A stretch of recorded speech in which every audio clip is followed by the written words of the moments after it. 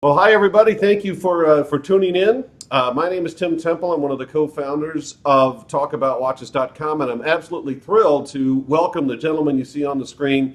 We're going to be doing an interview today, more of a conversation really, about what I think it's very important in the video retail industry, what is happening here in the coming weeks and months, and these gentlemen have a great deal to do with it. So I'm going to turn you over to a friend of mine and a colleague and someone I've admired. He's got a huge history in video retail, and that is Marvin Segel. Marvin, thank you, first of all, for doing this, and if you guys would, could we please get a brief introduction of everyone in the room? Okay, I'll start. Marvin Segal, thank you for the introduction. I grew up in TV shopping. Those that know me and don't know me, I was there the day the switch went live at QVC. So I grew up in the industry. I developed vendor relations, on-air guest training at both QVC and at Shop NBC. As you know, I trained all the guests and occasionally ended up on air with a watch brand or two. I love what the business is about, but we'll get into our philosophy on rebooting it. Hugo. Hello, Hugo Jimenez. I'm a business strategist for digital technology and media advertising and retail. Also, as well, I'm on the board of directors of a company called Tuvisión Canal, which is the Spanish YouTube. And I'm very excited to finally meet you, Tim. I've heard a lot about you from these two gentlemen here. Thank you, Hugo. And I'm Marvin Brody. I've been an on-air guest, vendor, product developer, rep in the television industry. And a hell of a dentist. And and every so often I do a little bit of doctoring. But listen, I've sort of worked my way from the bottom up, so I know, how all of our friends down at the lower level, I feel their pain, and we're here to alleviate it and make things a lot better for the future. You are a good doctor, sir, and I appreciate that. Gentlemen, if you're good with it, before we get into the topic at hand, I was wondering, Marvin and everyone really, can you expand a little bit on StarShop, your new project? What's going on with that? Yeah, StarShop started about 2 years ago. It's basically in a long-term beta test. It's a partnership. It's with Sprint, with a division of Sprint called Pinsight Media. They did the app development. They are involved with us. That gives us, if I could say, a little bit of an advantage in terms of distribution on mobile devices. It's based on celebrity social media. So we were a little bit ahead of our time. The term celebrity has now broadened to not just mean celebrity, but social media influencers, which ties into where we're going on the TV side now. And the other thing we just did last night, which I'm really proud of, is we did our first show with Bella Magazine, which is a very famous magazine for the Hamptons and in LA, using a technology which we own the rights to in the TV shopping space called Bling Buy. What it does, Tim, it allows you or any influencer to talk about a product but not have to be a salesperson. Around the screen is a frame that says, follow Tim, learn more about Tim, what's Tim wearing, etc. So all the selling happens around the video, even in live stream. It's very cool. Yeah, Marvin, as you and I have stayed in touch over the years, you tend to be very technology savvy, I guess. And I'll open this up for the whole team. How do you guys view technology influencing the future of video retail? Is it a big deal, not a big deal? What's your take on it? I'm going to let Hugo also talk, but my point is we can now control 4 different retail shopping technologies for the mobile space that, in our opinion, will be game changers. Here's my technology partner also over here. We believe it is a very, very big deal. You've called it video retail. We call it video commerce. There's almost a back to the future element that's being enabled with technology. We believe that the space needs to get back to the basics of content. You provide engaging, authentic, acculturated content relevant to the viewer, and the viewer will respond by buying, in our case, for all of us, this is why we're here, buying more watches, buying watches that are better, higher quality, and then that provides better margins for the retailer. The retail apocalypse that's going on right now is pretty obvious from a cash perspective. Margins down, down, down, down. We believe by leveraging technology, by leveraging the fact that everybody's got one of these things, the way I look at it is that, Spock is here and everybody's got a tricorder. There's, a few hundred million of these running around on planet Earth right now.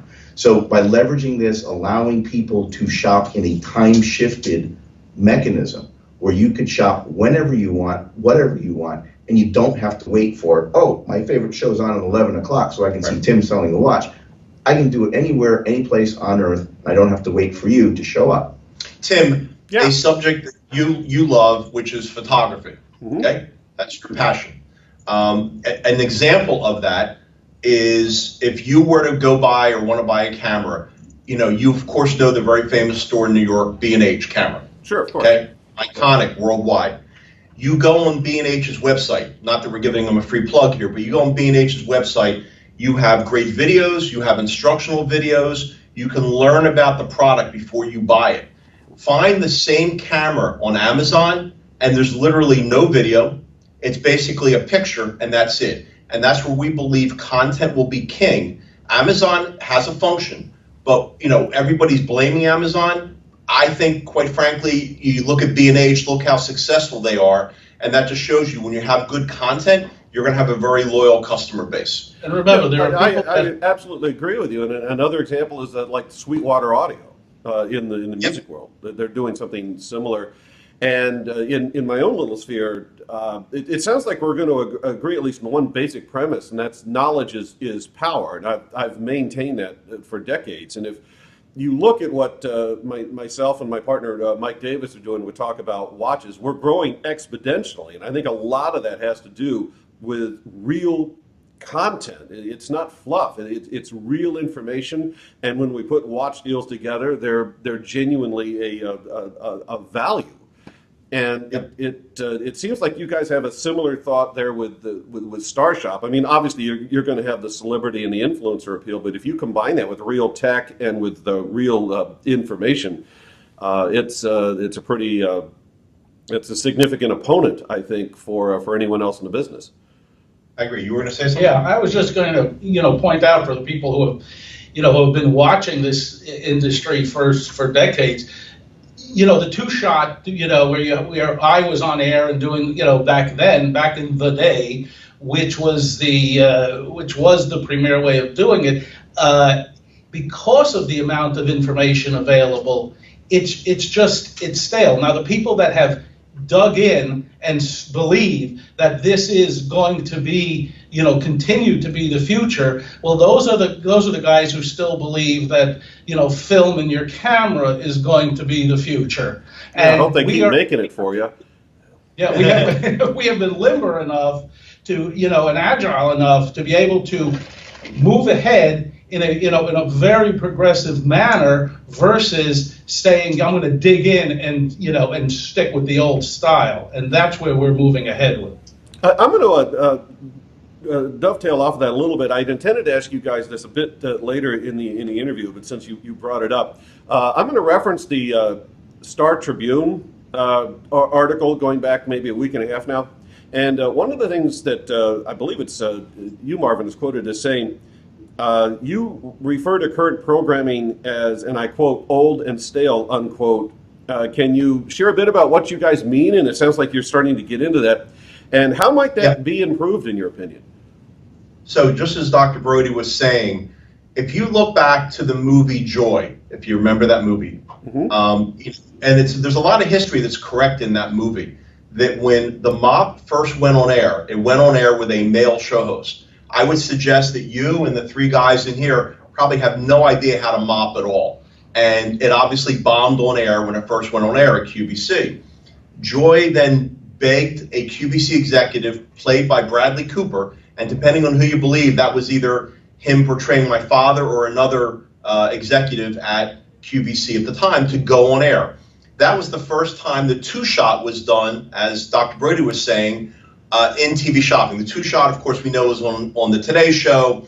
It's on every evening news program, every entertainment program. Our reboot for that, Tim, is the two-shot is now an influencer and a host. The host is asking the influencer, well, why do you recommend this product? And they're going to look right into the camera and they're going to say, let me tell you why my followers love this, why my family loves this, why I love it.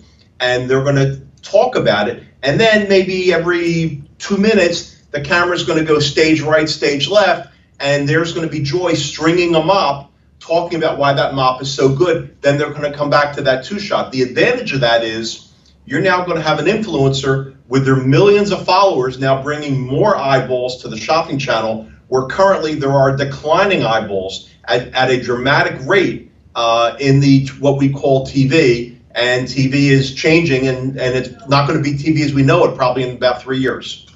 Yeah, I absolutely agree with your time frame. I've heard people throw out in the next 10 years, and there's no way that current television is surviving 10 years. The technology, in my opinion, is moving far too quickly. What do you attribute the shift in demographic at? My opinion is that the younger crowd is frankly, they're just cutting the cable. Do you agree with me? Do you have a different take on that? I think both younger and older, Hugo's experienced it with his parents. My in-laws are basically not connected to cable. They're doing over the top. They're watching Netflix, Exactly. Apple TV, etc. And all of the viewership is taking place on this device. That's the difference that's happening now. And this is the future right here. And this is how you're watching your video, you're streaming it. The TV we're watching you on right now, we still call it a TV. However, really what it is a big computer monitor that we're sending data to, and we're streaming all different types of content. And if I may, the mobile platform is one in which you can project to other screens. Right. So where a lot of folks get caught up in is they'll say, well, looking on mobile, it's not the right form factor. If somebody's like old thinking, so, no, I can just put it right up on the screen that we're looking at right now, and that's it. I can put it up on the 60-inch screen and away we go. I can put my game up there, or I can put my favorite novella, game in the sense of my niece's, novella in the case of my mom, and this characteristic goes. We are reaching a point, Marvin is absolutely correct, where technology is no longer, and the shift, especially in TV and cord cutting, is no longer tied to an age demographic. It's really tied to, do I want to save money or not? In yesterday's Post, I believe, New York Post, I believe, there was an excerpt from something called DSL Reports that reported on cable TV. Last year, the numbers were coming out at about 16 million had already cut the cord. In the last quarterly report that just for 5 out of the 7 big cable companies that came out, it was about 750,000 people cut the cord in the last quarter. Which is amazing. So it's real. It's not a passing fad. I just have to get on a soapbox for a second. I've been involved in digital technology since in 1996 when I helped found a small internet service provider. And I have seen this happen in the music industry. I've seen this happen in advertising, in media, and the turn now is retail. Technology will shift and change your business, and if you don't shift and change, you're going to be just like Tower Records in the music business. And as far as our team, to bring it down to what we're doing, we're not theoretical. We're not sitting here going, okay, we see a problem and now let's bring in our computer geeks and figure this out. No, we are in real time. We have the 4 technologies at our disposal exclusively. We are ready to employ them immediately, and we are doing it actually right now. Right. So we're way ahead of the game. We're just, we're prepared. I have to agree with everything you guys are saying. And when we found to talk about watches, it's a really similar premise. I mean, instead of looking at 20th century technology and trying to fix it, why don't you just start with 21st century technology? And it really cuts dramatic cost all around, as you guys obviously know. And it's one of the reasons that TAW became so competitive right out of the gate. And I think anyone who's ignoring the current technology, or you think it's going to be a fad, as you mentioned, Marvin, I think you're whistling past the graveyard. I mean, if you go back in history, there was a time when the talkies movies came out, and there was a big talk of that was going to be a fad. I think you guys are on the right track, and I actually applaud you for what you're doing, because somebody had to step up and do this in video retail, and you guys obviously are. Now, I'm going to dovetail off of that, and I'm going to talk. Let's talk about the whole Evine thing. This is how we, of course, generated this interview. For those of you who don't know, and right below this video, I'm sure there's going to be a link. If you want to read the article, it was in the Minneapolis Star-Tribune newspaper, going back the better part of 2 weeks now, talking about Marvin Segal's approach to basically, I don't think I'm misspeaking here, to taking over Evine. And for those of you who don't know, Evine is a shopping network out of the Minneapolis, Minnesota area. So the first question I'd like to ask is, and I guess we can open this up to everybody, but I'll start with Marvin, is how did you arrive at the idea of taking over Evine? Was it just that the stock dropped below $1? Was there another motivation? What's up with that? So obviously, when you look at what we've done here at StarShop, it's kind of an innovative way of connecting celebrity or monetizing social media. So we're doing that, and in what is a very small world in TV shopping, we are actually also owned 5% by one of Tommy Hilfiger's companies, who also made an investment into what is currently Evine. And when the stock dropped to around 50 cents a share, obviously I follow everybody in the industry, it kind of hurt, because Tim, you know what the team did when I was there. We got that stock from about 17 cents a share to almost $9 a share, and in a relatively short period of time, it dropped off the cliff. And I was talking to our CEO here, and I said, you know, there might be an opportunity to take what we're doing and apply it to TV shopping and basically broaden the distribution we have, along with bringing in some, again, using not only the changing the sales dynamic, adding Spanish, which is kind of like, you got to pause and think about that for a second. Second largest language in the country, and no TV shopping in the US is addressing that marketplace at all. And then using exclusive shopping technologies that will, quite frankly, blow you away in terms of how cool it's going to make shopping on your mobile device. You put all those three things together, we started talking among ourselves. We're in New York City. You've got a lot of very interesting people here that are very influential, and we were off to the races. And then we started to share our goals and our dreams publicly. And well, when I joined I'm sorry, go ahead, please.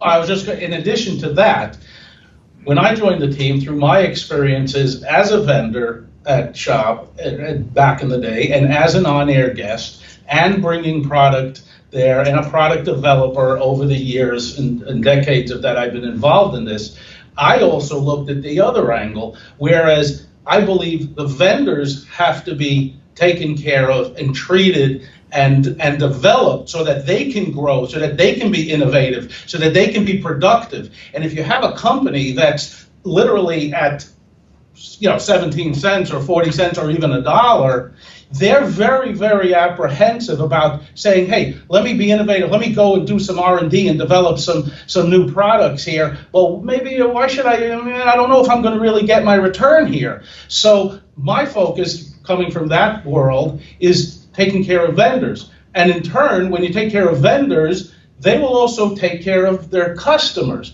Customer relations has to be a major priority in terms of making sure customers are happy, they're being taken care of, that the vendors have the assets and the wherewithal to deal with any problems that take place. You put all that together, the technology end, you put together the relations, the customer relations, the vendor relations, you have a perfect storm coming together for a major move in this market to be productive, to be innovative, to be the first. And we will be the first.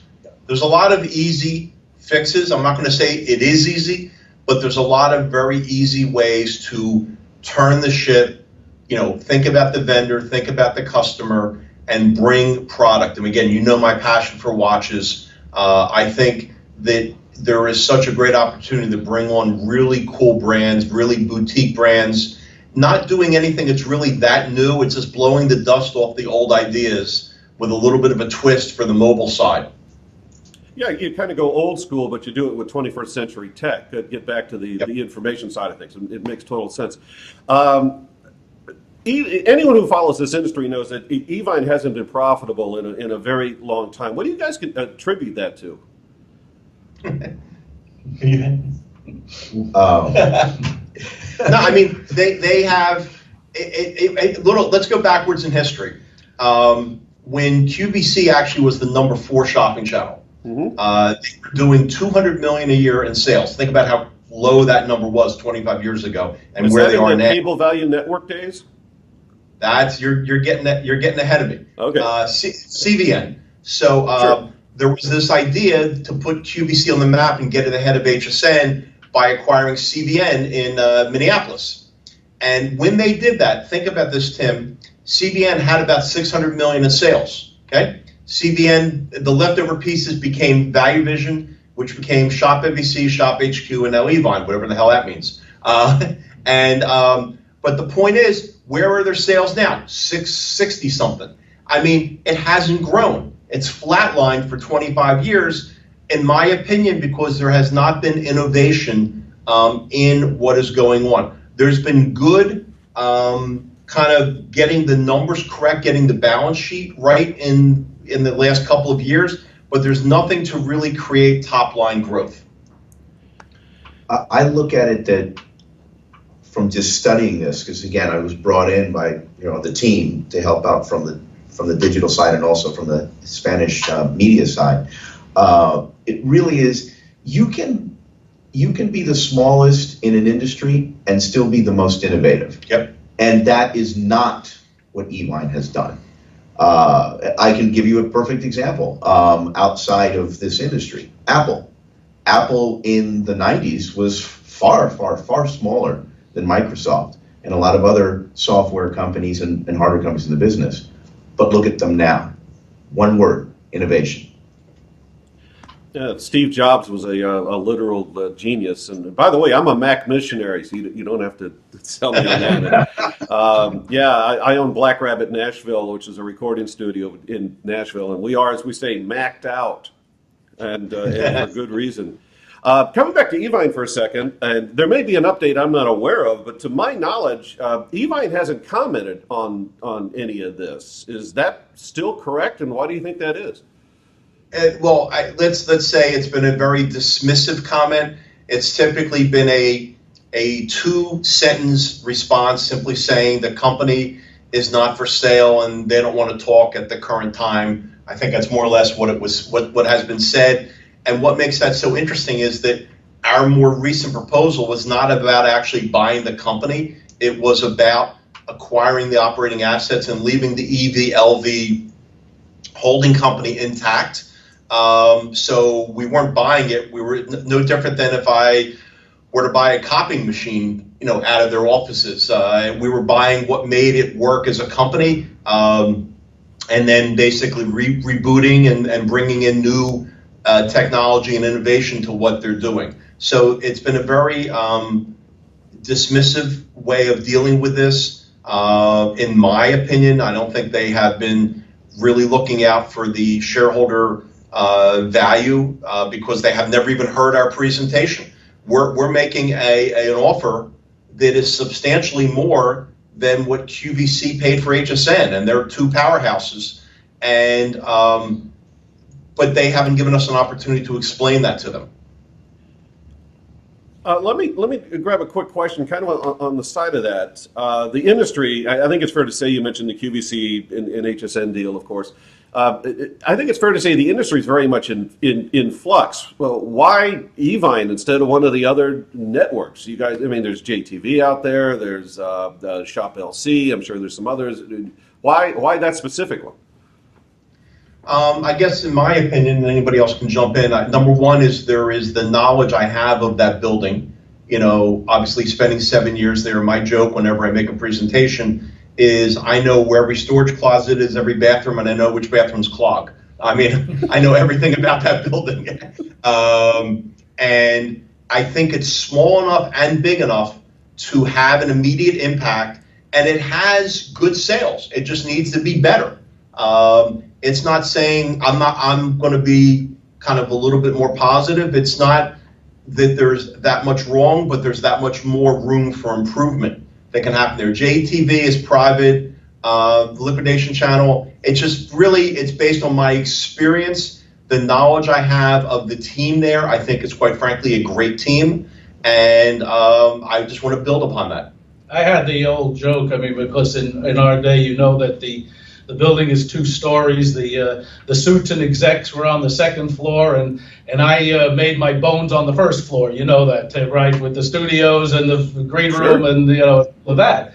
And so my familiarity and my understanding is really from the ground up, and I mean literally from the ground up, from the 1st floor up, and that's a kind of expertise and empathy that I can bring to to grow and to improve vendor and customer. Yeah, what Dr. Brody's saying, this is part of the team here, is I think it's very important, as we said, about vendor relations. And my goal is, once we get involved, and I believe we will get involved, is that we're going to put a vendor, Dr. Brody, in charge of vendor relations. And what a great message to send to the vendor community by having one of their own look out for them. I mean, when I was there, Tim, I formed the vendor board there. Mm-hmm. I don't think it exists anymore. But I mean, I think you have to have the vendor have a voice, tell them what's wrong. And as you know, my office was on that 1st floor on the way to the green room. Of course, I took a lot of abuse that was also 2 doors away from the model dressing room, but that was just coincidental. But I really wanted to be where everybody passed by,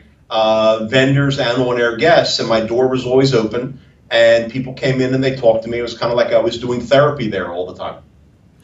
Yeah, I stopped in on more than a few occasions, and not only are you a great therapist, I got to say that part of what was really great about watching you work is that you were genuinely interested in bringing in new blood, and you would bring in this idea works, or this product would do great, or we can have an existing product and modify it. And I can see you do that on a daily basis. And one of the great examples, of course, is that great set of 3 watches that you were a part of. Did that even make? I think it finally did make the air. I was going to say it sold out before it went on, but I think there were some. A great testament to what you can do. Yeah, that was kind of, again, that's kind of a reboot of an idea from the Franklin Mint, where you got 3 watches in a collection from Invicta, the best quartz, best mechanical, and best automatic, and the limited edition numbers all matched, and you got them at the same time in a case signed by AL with the same matching number, and it went on, at 11 o'clock, and I think it was gone by like 9 a.m. in the morning. And it was not cheap. It was, I think it was $29.50 for the 3 watches. And I believe that you're bringing up a point, and I've said this many times. I'm wearing a Breitling now. I have a couple other watches that are from, that are kind of favorites of mine. This was a wedding gift. And my point of the Breitling is that, I don't want to see a watch of this caliber sold in Walgreens at $79. That doesn't make me feel warm and fuzzy inside. And I think there's an obligation to preserve value.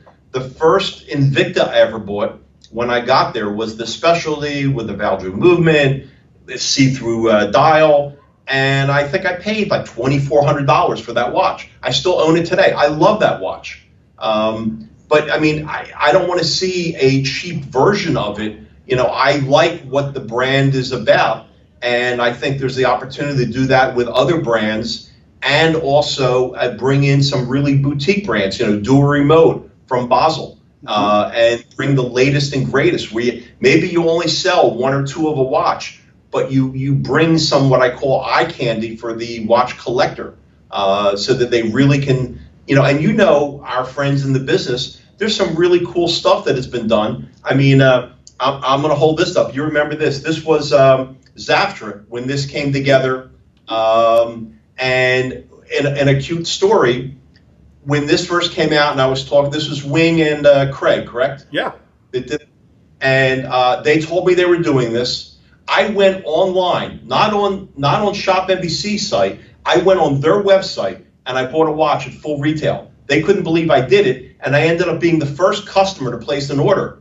And they thought I was crazy because I didn't use my employee discount. but that was the way I supported the watch guys. And they know that. I was always in their camp. I hung out with you guys. We have that photo. I mean, I love what watches are about.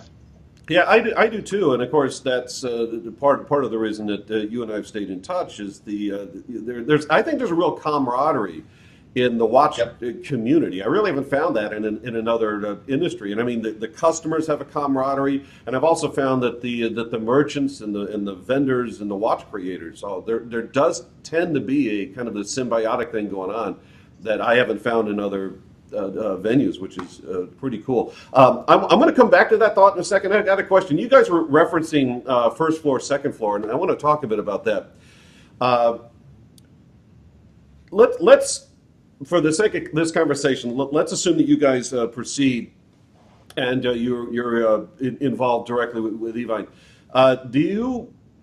How to put this? Well, right now there's frankly been a pretty, I think it's fair to say, a revolving door in the second floor in the tower. Somebody comes in, they run it, they leave, they come in, and so on.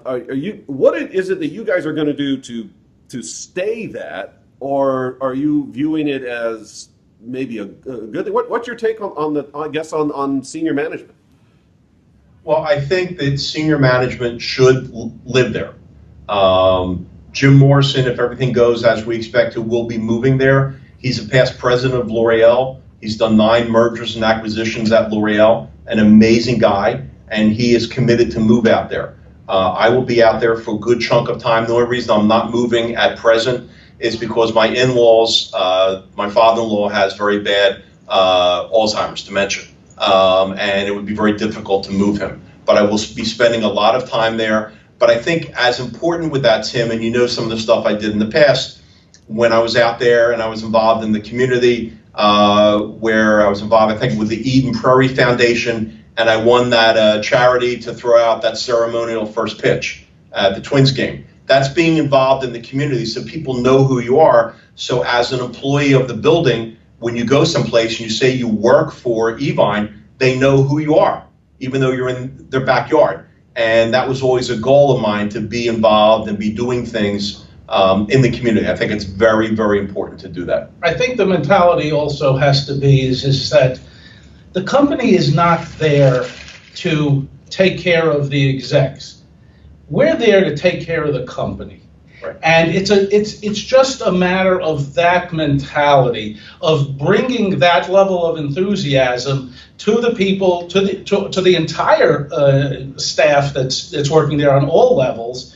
And by doing that, you set a certain psyche amongst everyone that's there, that, hey, we're not here to just milk this company or to just ride it out as long as it can until the TV shopping apocalypse comes now versus the retail apocalypse. But we're here to make sure that you're going to be employed in this industry and grow in this industry for the next 20 years, because we're going to set this on the standard that 25 or 30 years ago that QVC created when it hit the market, and it was the most innovative product.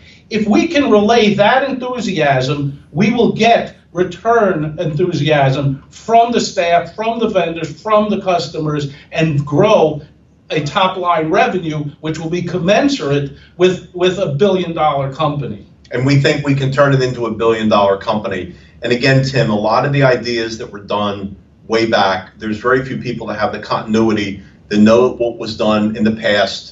So an example is, in the very early days of QVC, 2 of the board members that were put on there by my father were game show developers. They actually did TV game shows.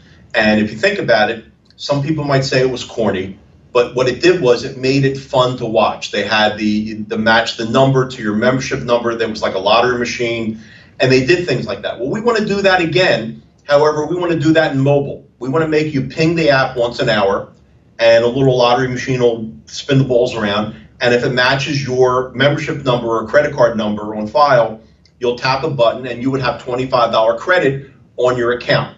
And that would keep the customer engaged. These are not necessarily new ideas. They're basically kind of rebooting them again for where we are now in today's world. QVC had the big orange bus, went around the country looking for the best in each state. I want to take the concept of that bus, but do it for the Spanish market and have it go around our country. Think of what we're going through in this world right now. I'm not making a political statement, but basically imagine going around the country looking for the best Spanish entrepreneurs and products in every state. And that'd be great. And the difference between where it was and where it is now, I can go live, Facebook Live, right from here. I don't need a $500,000 bus to do that.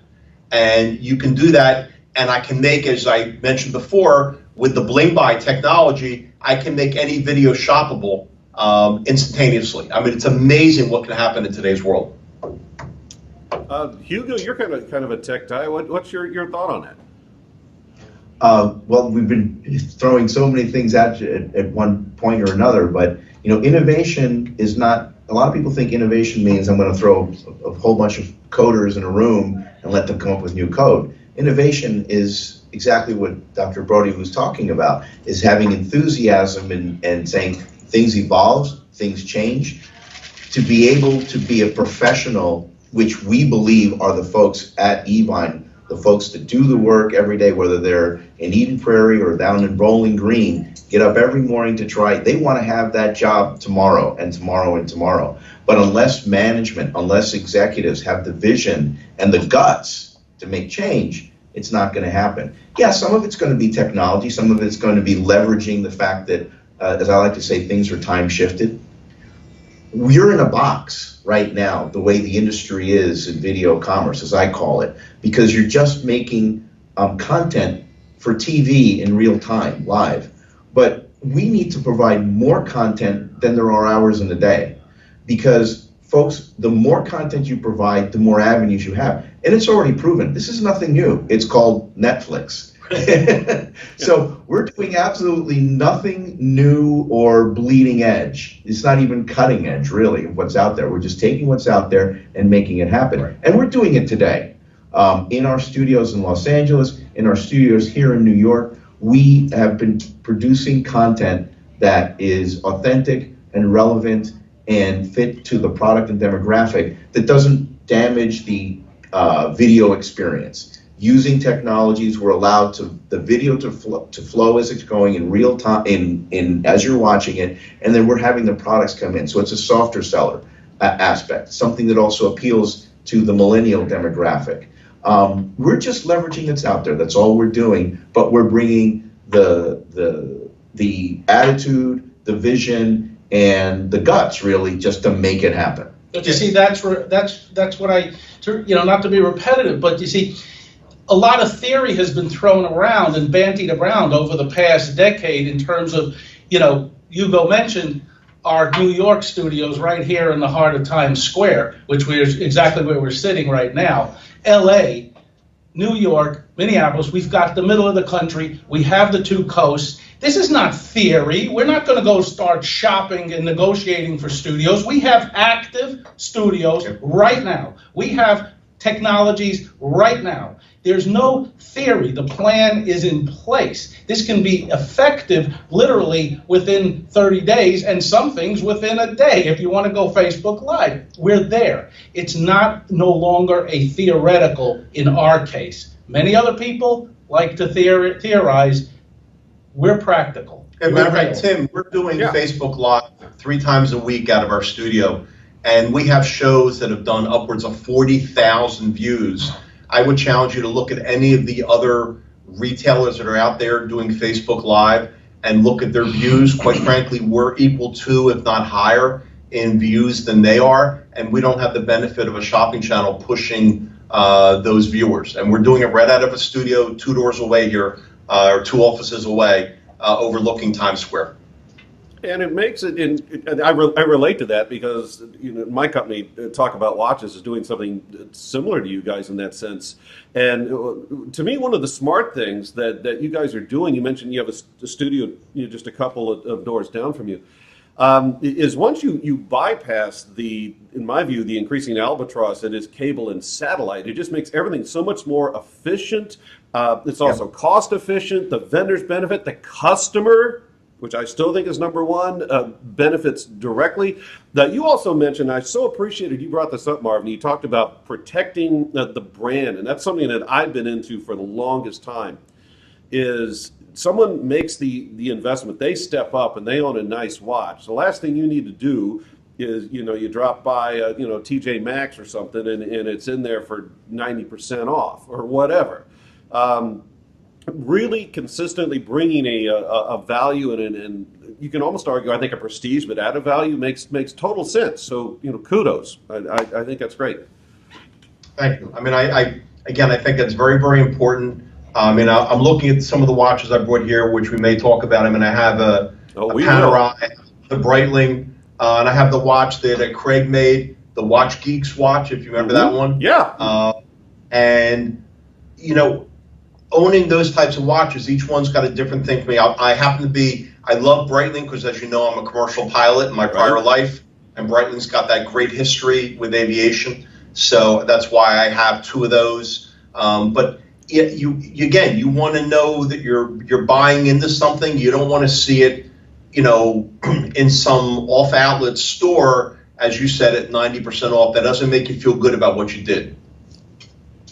So let's talk about. I'm going to come back to the article if I can. One of the things you mentioned is you wanted to pursue other businesses, and my question is: do you mean by other businesses product categories?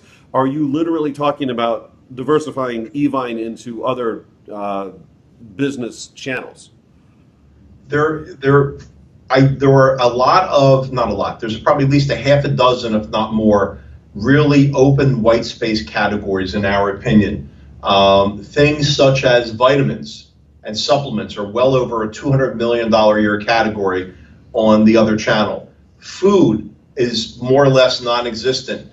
And there are some crazy numbers when you look at what's being done on the other channel in food. And again, an open white space. And consumer electronics, as we know, that's one of the first things a customer buys when they buy for the first time, is not just consumer electronics, but name brands. It's nice to have your own brand, but a customer, when they first test you out, after they watch for a couple months, they will buy something they know and trust in regular retail. It'll arrive in their home. It'll be a good experience. There's a saying in the business, Tim, a product sells two times, once on air and once when it arrives in the home. And that's a function of good packaging and a good sense of arrival in the home. And we have to make sure that we preserve those elements. But again, we can expand the product category in a couple of areas that are literally not even there right now at all. And will take time to build. You may remember that between Brody and I, we both brought a vitamin line to the channel. It was never given time to develop. The vitamin line that was on QVC that's now at HSN literally took about a year to get its footing at HSN before it finally started taking off. And again, it takes time for somebody to trust and use something they're going to put in their mouth or put on their skin. So it's going to take a little bit of time. You have to have patience when you do that. You mentioned that the first-time customers looking for brand names.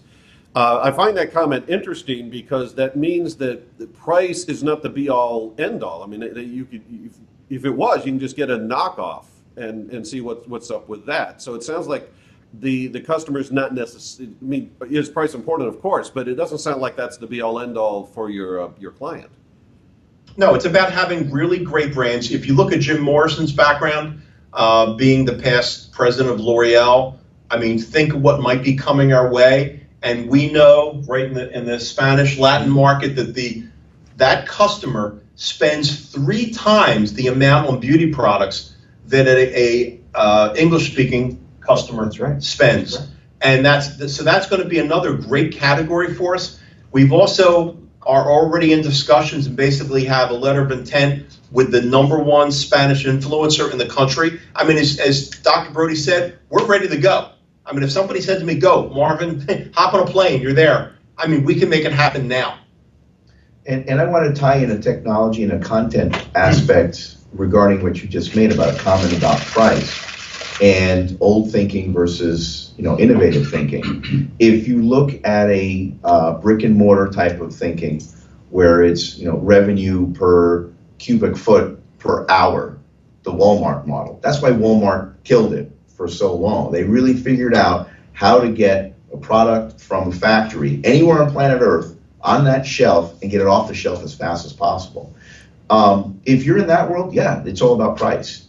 But in what we've already done and what we have seen and what we believe we can transmit into a larger entity like Evine is that if you concentrate on the shopping experience and use content and leverage technology to enhance the content experience, people will focus on brands. They will buy better stuff. They will buy better stuff and they will pay for it and they will like it. And all I have to do to point out is just go to an Apple store, because that's what they do. And just as in the watch category, people are very familiar with the name brands. When you move off into other categories like vitamins, like supplements, those kind of products, you know, imagine our model of having a blogger who's an expert on this area of nutrition, on health, explaining to you the advantages. Not a salesperson selling it to you, because you know you're going to be suspicious. I may say anything to you to make a sale, but having them explain the advantages of a certain vitamin supplement or a combination of vitamins put together, and then say, okay, we can offer this to you. That adds a genuine level of trust to the consumer, and I believe that will turn around and give us a share of that market, of that many hundreds of millions of dollar market, for us to bring top line revenue right off the top. It seems to me, as I listen to you guys lay out your plan, that this is going to open up, I think, potentially some brands that right now are reticent, because let's speak candidly, and I've got 32 years in the video retail business, going back to the early days at the time it was called HSC. And I think the industry, from its roots, was all about just get the cheapest price on a kind of relatively nondescript product. And certainly, huge strides have been made differently since then. But I'll speak from my experience. You know, I travel to Switzerland at least once a year. I talk to a lot of these watch companies. They've been reticent, not that they're not interested, but they don't like the idea of just being in this discount perpetual markdown environment. It sounds like what you guys are talking about might remedy a bit of that. Yeah, absolutely. I mean, again, you can have price conscious products also, but for those that are going to be products that you're proud to own, that, you know, price should be protected, and it should be more about the brand and what you're getting as a customer and what you're receiving. You also know that it's a function of, you know, in electronics, what are you including with the product that might be a better configuration than you would get at regular retail, so therefore you can give a good value. There's many ways to work around the pricing issue, and I know that we can do that. I know there's a good team there now, but it just can't be all about price. That's a losing, it's a losing battle. You've seen that time and time again in the mobile phone business. I mean, every month, someone's got a different plan at a cheaper price, and they're constantly fighting each other for, you know, until somebody gives it away for free, and then they'll probably, after they give it away for free, they're going to give you money to then switch to them, which some of them do now already.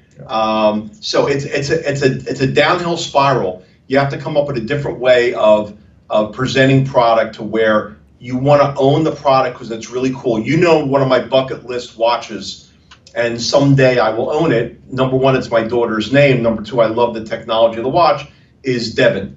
I mean, I love the Devon watch.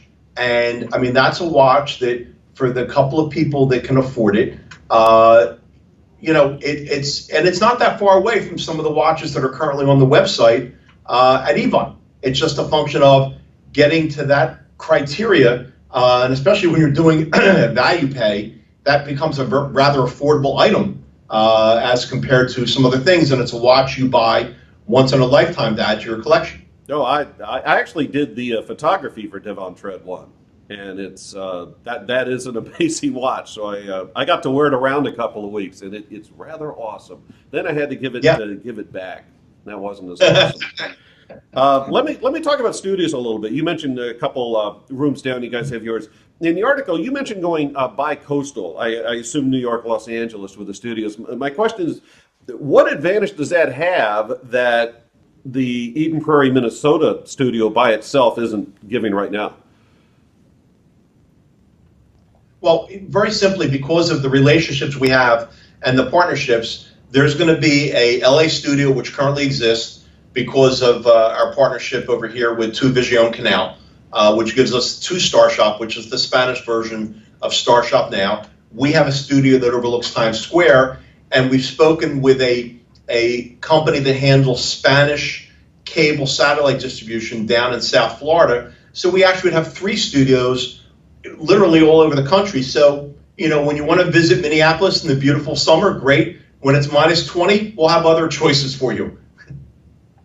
But let me reiterate, we have absolutely no intention of moving anything out of Minneapolis, right, out of Eden Prairie. Just adding to it. Everything, right. This is an addition. Right. This is not a substitution. Right.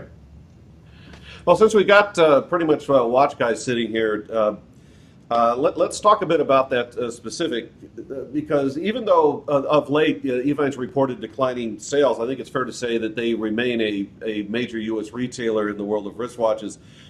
What's your thought on that category, past, present, future?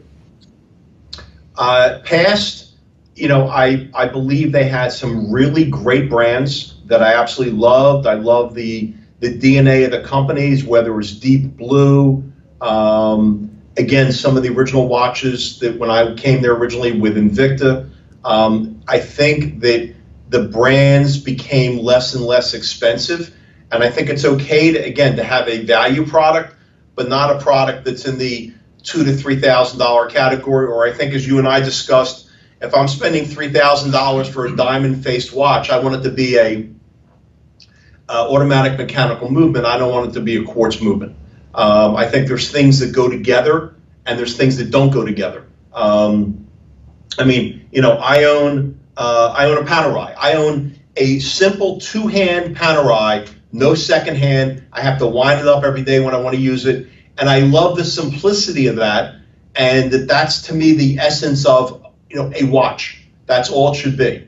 And at the same time, I'll admit I also have an Apple Watch that I will wear during the day sometimes, especially the new one, because it's a standalone phone. So when I go biking, I don't have to worry about having my phone with me. It's great when I'm on the bike.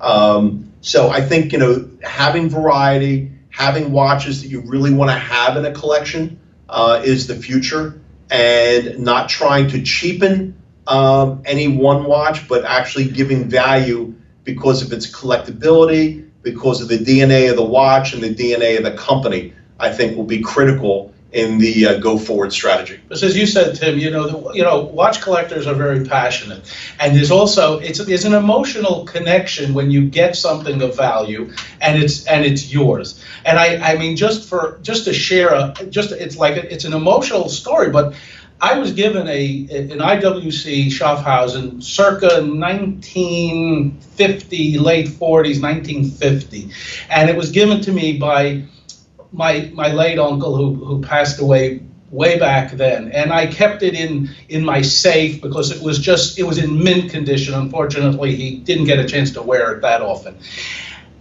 My house was broken into, and my safe was robbed, and out of everything I lost, that emotional attachment to that watch was really the most devastating. The good part of that story, which your viewers would love, was when we circled the house looking for stuff that was actually thrown and discarded, they dropped the IWC in my driveway. And we found it. Nothing else was found. That watch laid in the driveway. And I picked it up. Just imagine the emotion. I picked up that watch, and I've had it for, like I said, it's 70 years old in mint condition, solid gold, and The next thing I did was, it's not staying in the safe. I drove it up to my son in Boston. I gave it to him at his next birthday, and I said, now you keep it for the rest of your life and give it to your little son when he's ready for it. That's an emotional attachment. That's what watch people have when they have their watches.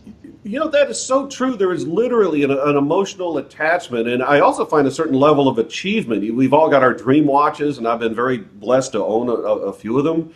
And there is a sense of, you put this on, and there's a sense of achievement, and you almost have to come to grips sort of with a reality to it. I would think when you discovered that watch that had been dropped on your driveway, you probably did like a triple take. You know, like, I just want to see it, but it's not really there, and now it seems to be there, and why is it there? And then this joy of it's still here. That's, you know, I think if you had, I don't know, like just a nondescript item in the safe, you'd be happy I recovered it, but you wouldn't have that emotional drive.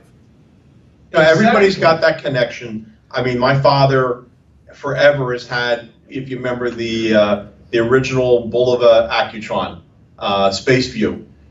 He had one in the gold case, and I missed the opportunity when the 50th anniversary came out to buy one. So if any of your followers have a brand new in the box 50th anniversary Accutron Space View, private message me. I'll be a buyer. Yeah, see, there we go. Already conducting business. Marv, I'm gonna, for time's sake, I'm gonna kind of wrap this up, but I want to talk a bit about your watch collection. You've been kind enough to bring a few pieces in. Kind of take us on a tour there. Basically, I mean, I'll just real quickly. So a couple of things that I'm really proud of here, Tim, is first off, as I mentioned, this was the Watch Geeks watch that Craig did. I love this watch because it's like nothing else out there, with the lume dial, the WG on the rotor. And, you know, I just envision this watch being made in Russia with the term Watch Geek on it, trying to figure out what code that was for something. And then I have, this is the original, I bought this years ago when I first got my pilot's license. This was a special edition Breitling that the back, and you know, case backs are really kind of where they do a lot of really cool stuff. The back of the case is actually a jet engine, and I love that. And of course, as I mentioned before, the simple two-hand Panerai. I mean, I love the simplicity of this watch. I had to customize it, as a lot of people do with Panerais. There's a really cool guy, which I think you know, called Strapsmith, who makes custom straps. I love that guy. You know, he reminds me of the soup Nazi. You know, after he takes the order and said, "You got a message. Do not call me. You know, give me at least 3 weeks to make your watch band, and that's it." But again, he makes the most amazing custom bands for watches. I'm going to wrap this up. We can just go around the table, maybe. Again, thank you, all three of you, for taking time out of what is clearly a busy day. I just wondered if you had a final statement for us. Want to start with you? Let me tell you, our emotion, our passion, our desire to bring innovation to really, I believe, in 20 years, people are going to turn around and say, hey, Segal Vision had the vision. And we, although we are facing obstacles and dismissiveness, we are nonetheless as enthusiastic and as energetic to make this happen in all of the aspects that we discussed over the past hour as we were from day one. And that's where our vision is, and that's where we're going to end up. Hugo? I think we're excited and humbled in a way to have the gift to be able to come in to the video retail and the video commerce industry and to be a part of a change that people are going to write about 20 years from now.